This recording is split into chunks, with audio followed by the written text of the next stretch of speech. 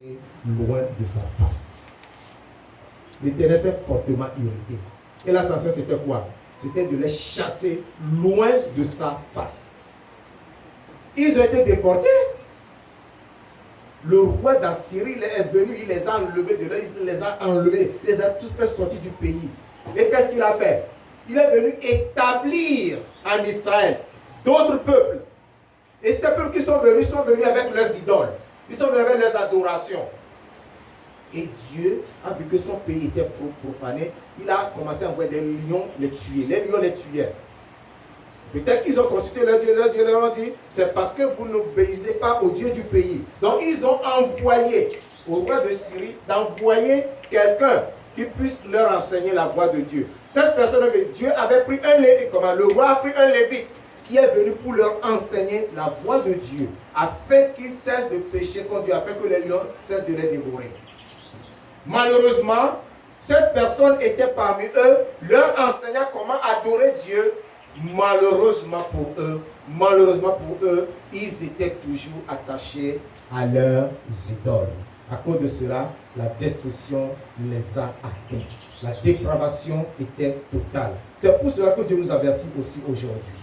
Pour que nous n'ayons pas les mêmes comportements que les enfants d'Israël. Parce que les conséquences d'une dévotion partagée sont rudes. Alléluia. Les conséquences sont rudes. Ces conséquences sont entre autres le rejet par Dieu. Nous avons vu comment Dieu a rejeté les enfants d'Israël. Dieu peut aussi nous rejeter. Il dit déjà la cognée est mise à la racine des arbres. Tout arbre qui ne porte pas de bons fruits sera coupé et jeté au feu. Alléluia. C'est le rejet.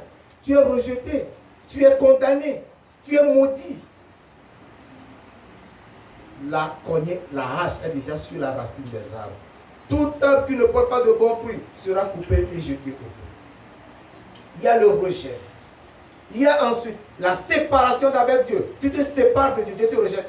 Est-ce qu'il y a encore une communion? C'est la séparation qui te sépare de lui. Cette séparation fera que tes prières ne soient plus exaucées. Donc il y a le non-exaucement des prières. Le non-exaucement des prières. Tes prières ne sont pas exaucées, c'est que tu es sec spirituellement. Donc il y a la sécheresse spirituelle qui s'établit en toi. Quand tu es sec spirituellement, un arbre qui sèche là, est-ce que l'arbre a encore la vie? L'arbre n'a plus la vie. La sécheresse spirituelle conduit à quoi? À la mort spirituelle. La mort spirituelle. Quand tu es mort spirituellement, c'est que c'est fini pour toi. Tu n'as plus aucune relation avec Dieu. Tout est terminé là-bas.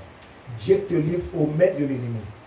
Et le résultat final, c'est que tu perds le royaume céleste. Alléluia. Amen. Alléluia. Amen. La perte du royaume céleste. Tu perds le royaume définitivement.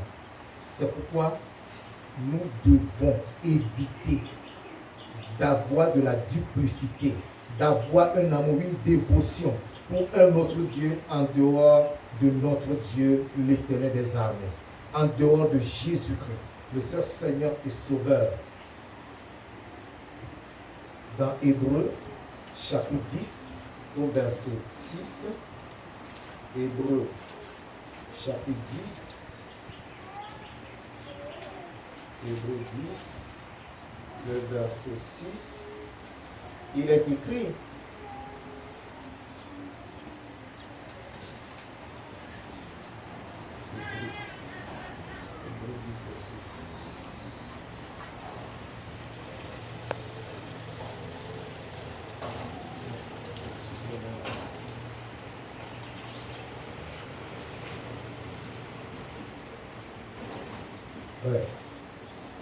Hébreux 10, verset 6. Lisons le verset 5 et le verset 6.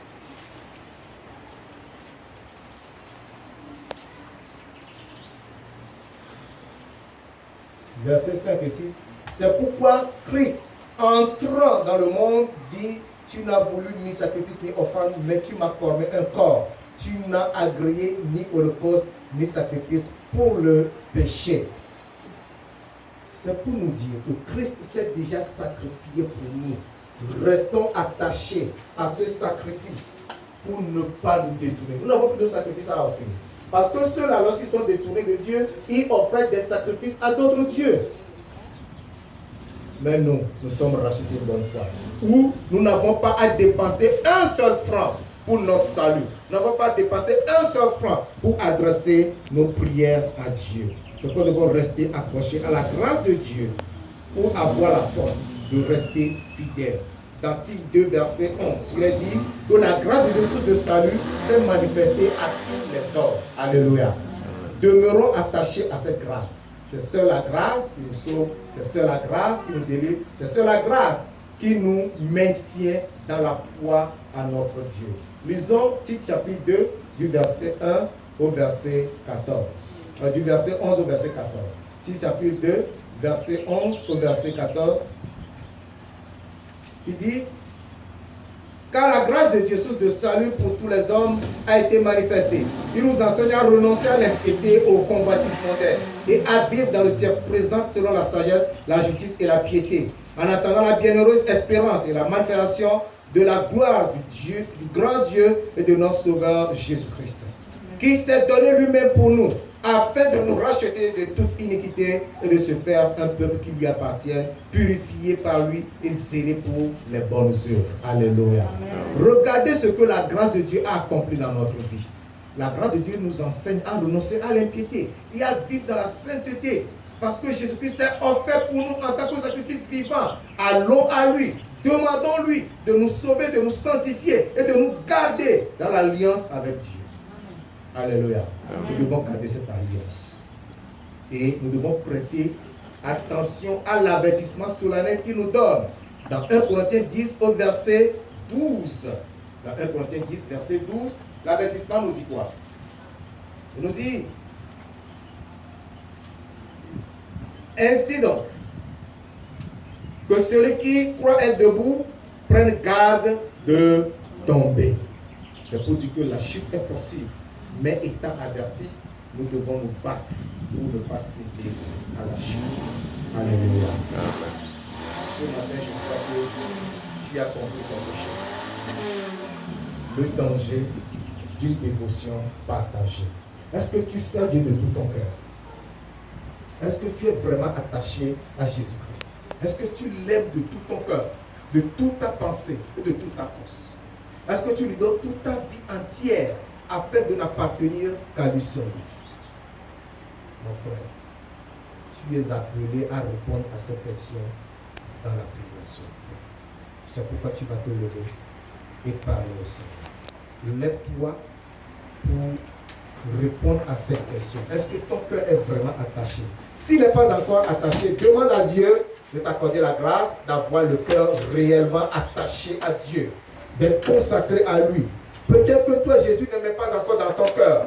Invite-le maintenant, répands-toi de tes péchés et invite Jésus-Christ dans ton cœur, qu'il vienne et qu'il soit ton Seigneur et Sauveur personnel. Parle au Seigneur. Parle au Seigneur. Après avoir écouté cette parole, tu dois répandre ton cœur devant Dieu. Répands ton cœur devant Dieu. Ouvre ton cœur devant Dieu. Implore la grâce pour te soutenir. Implore la grâce.